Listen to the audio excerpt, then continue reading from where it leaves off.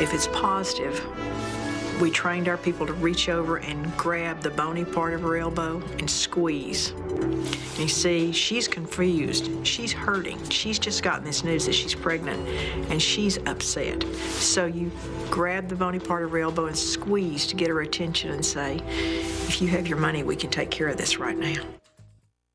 A chilling clip, to be sure. That's from the movie Blood Money, and the woman in that clip, Carol Everett, joins me now, a former abortion provider. And Carol, I've heard of several cases like this, but I've never talked to someone who used to be an abortion provider. You owned a clinic, and then you changed.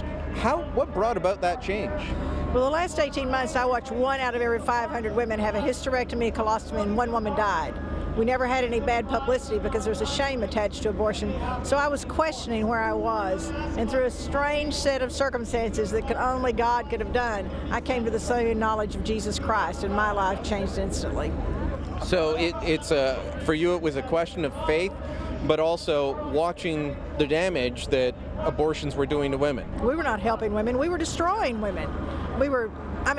Those women who had hysterectomies would never have another child. And they were young. And some of them had colostomies. A 22-year-old with a colostomy, that's not helping women. So you have to ask yourself why you're doing it. And the lies you've started to believe fall apart when they come under the light of the truth. Now, in the clip from the movie Blood Money, you talked about how it would be, we can help you. Now, here in Canada, for the most part, even in a private clinic, you don't have to pay for the abortion. It's going to be covered by the government health system, but it's still, they will claim that they're there to offer advice and support, but the advice and support always leads one way, doesn't it? They only sell one product. Just think about it. Have you ever heard a pro-choice person talk about anything but abortion? They don't talk about adoption. They don't talk about parenting. They only talk about abortion. It's the only choice we had. And in my case, and in those private clinic case, it's the only way they make money. And even those doctors doing abortions in the hospital spend 5 minutes and get 1/3 of the fee. So it's still about money, even if Canada's paying it. They may have to wait longer. They may not get paid in cash. But this is about money. It's not about helping women.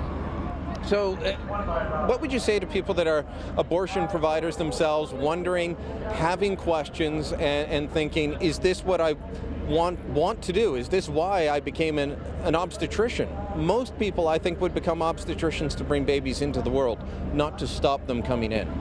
Obstetricians get involved to help that baby and help that mother have a healthy baby. So all that abortionist today has to do is just look at the products of conception, what he removes from that woman's body.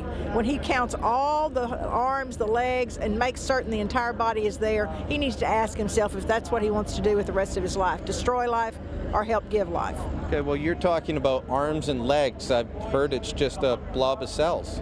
At 6 weeks, you have to be certain you have the whole baby. And at that point, you have to a little bubble of the skull and the spine. You still have to look for all the arms and legs.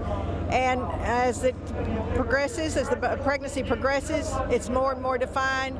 Sometimes baby parts are left inside the woman, and you have to be certain you have them all or she'll have an infection. That's why they count the body parts. So the people that are spreading the lie, they know it's a lie. They are not saying, well, we're not sure due to the science. You're saying that when a person procures an abortion, performs one, they have to count the body parts. Yes, and at 21 days now we know the heart is beating. With the sonogram we can go in, we may not see the full body at 6 weeks, but we can see the heart beating. So by the time a woman starts making the decision for an abortion, that baby is fully alive, the heart's beating, and it's growing day by day. Yes, they know it's alive, and many times women know it's alive, and they do it for convenience. How do you convince people then? It seems as if we're two sides yelling at each other too often. My goal is to say, look, there's help for you. There are other options. But how do you convince someone that just feels that they're being judged or they're being yelled at? You stop them and just slow down. You don't have to do this. There's no rush. Think about this. What do you really want to do with your life? And then you talk to her about how abortions really affect her. You talk to her about the risk of abortion, not as bad early, but later in the pregnancy, there's a horrible risk for perforation of her uterus, tearing her uterus, and other complications. And then there's a risk of her future fertility. There's a risk of breast cancer if she has an abortion. In the first 18, if she's 18 or under, 12 weeks of pregnancy, a 50% increased risk of breast cancer, 19 and over, an increased risk of breast cancer by 30%. We need to talk to her about the emotional effects of abortion. abortion, how she's going to feel after she knows she's killed her baby. Those are the things women need to consider before they have an abortion.